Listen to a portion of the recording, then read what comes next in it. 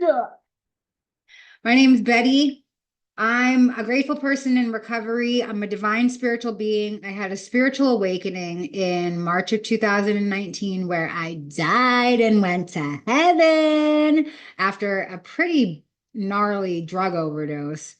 And I met God and like all the angels, and they were like, "Oh my God, you're so fun, but please, you can't stay. You have to go back." And so here I am back on earth, living out my divinely guided mission, which basically involves helping myself, which in turn helps others, and making amends for the person that I was before, because people who use drugs for 20 years are typically people who have caused mountains and mountains of harm in their life, not only to themselves, but to their family members, society at large, and the people around them.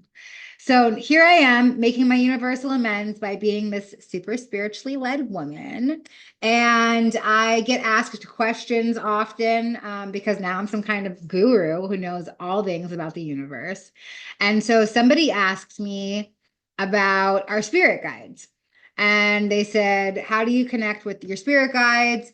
I want to know what my destiny and mission on earth is, and how can God tell me what to do?" Okay, so there's some more stuff to this, but let's just start with our spirit guides. What are spirit guides? Well, spirit guides are your Earth customer service agents. They're the people who help guide you through your experience here. And the most important thing to remember is that this experience is not a real one. Okay, I'm not saying that in a dismissive way. Whatever you're going through right now, if it's something intense, I know that it feels real because everything here is meant to feel real. But you are not actually a body. You are free, for you are as exactly as God created thee. I mean, the affirmation says, "I'm a body, I am free, for I am as God created me." So, how is that helpful? How is that helpful? For me, it helps because if I recognize that I'm not a body, then I don't have to be super attached to the thoughts, the feelings, the emotions that are going on in the body. Or if there's a experience of pain or a health and wellness challenge, if I can affirm that I'm not a body, I can actually heal my perception of it and in turn heal my body. So, what does that have to do with spirit guides? Literally nothing. I don't know where I just went.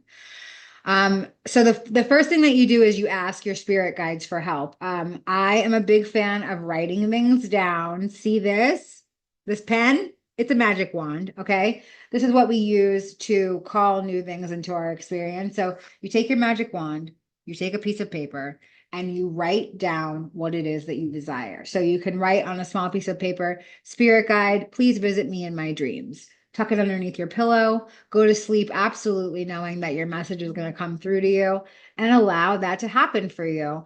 You can also exercise your imagination and intuition, and you can just start to design your spirit. Here's a book that I really like that I'll recommend until I write my own. But this book right here is called Spirit Guides and Angel Guardians. It's by Richard Webster. I love this book. Let me open it up to a random page and see what Spirit wants to tell who's ever listening to this. Spirit wants you to know that do not berate yourself when you start shifting your gaze and I lose the picture. Guys, this is not helpful. Send me the right thing to share. Okay, it talks about all these different kinds of invisible helpers, your past life connections, that you have a child guide, you have a fun guide, you have a practical guide, you have a creative guide, a motivation guide, a loving guide. There are so many different kinds of guides waiting to help you. So tap into what it is that you'd like to create right now. And if that's something like, for me, I have a manifestation guide. His name is Philip, and he's the one that helps me manifesting. So, like right now, he just helped me manifest some writing retreat that I'm going on this week. Huzzah! Somebody anonymously donated a, a very expensive writing retreat for me. I don't know who it was. It was probably just Philip, because like that's what he does. But no, really, whoever did it, if you're watching, oh my God, thank you so much. I'm going to Idaho. Anyway, I'm really just going off on a tangent of nothingness. It's very late here. But I did want to make a video that if I can have a connection with my spirit guides, let me tell you who I am.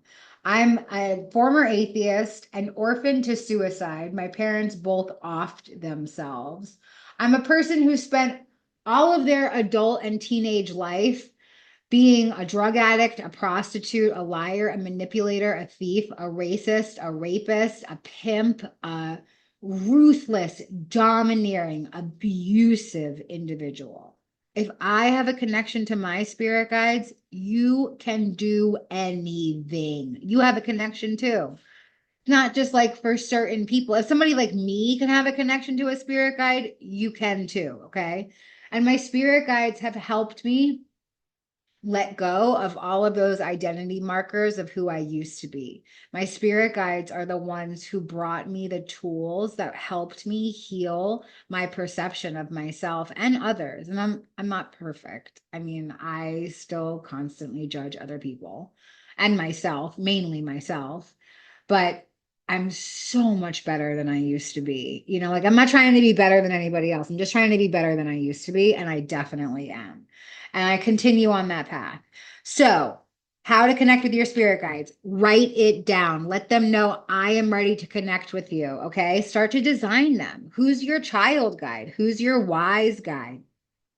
Who's your intellectual guide? What is it that you want in your life? Are you looking for a romantic partner? Bring in a companion guide. Let them help guide you to your romantic companion for this part of your life.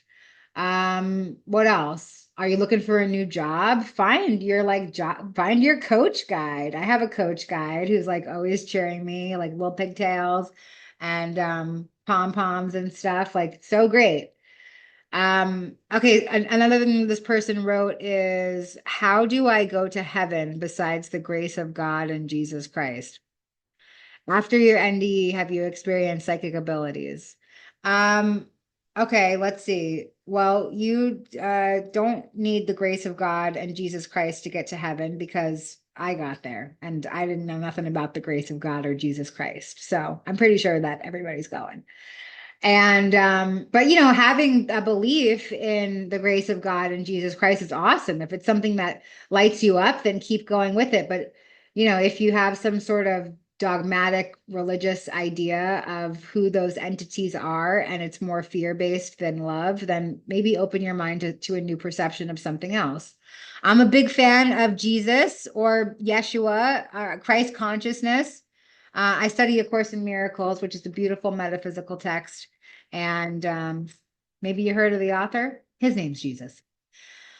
Have I ever experienced psychic abilities?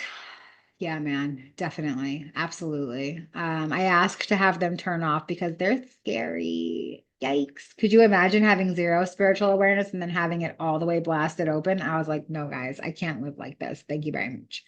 So I just have little psychic abilities now. Like I open books to random pages and they speak directly to me or they send messages to the person that needs to hear them. Oh my God, I just opened up my Angel Spirit Guides and Goddesses book to a random page to find out what angel wanted to make himself known to all of us. And guess who I opened it to, guys? Yeah, it's Metatron. Okay, he's like the most powerful of all the angels. He's a 12th dimension angel. It says Metatron will help ease your grief, deepen your connection to your spirit, find peace during times of crisis, transform a painful death to a peaceful one, and send your prayers to heaven. Oh my God, I pray that my spirit guide will come see me in my sleep tonight. Anyway, I'm super grateful for all of you. Remember, if a homeless meth head prostitute strung out on heroin can have a spiritual awakening, find God and grace and spirit guides and angels and love and happiness and joy, you can fucking do anything. Let go of that thing that's holding you back. Welcome in something new. Get out of your own way. Open up your mind to a new perception. Be honest with yourself and other people. Have a little willingness to try something different.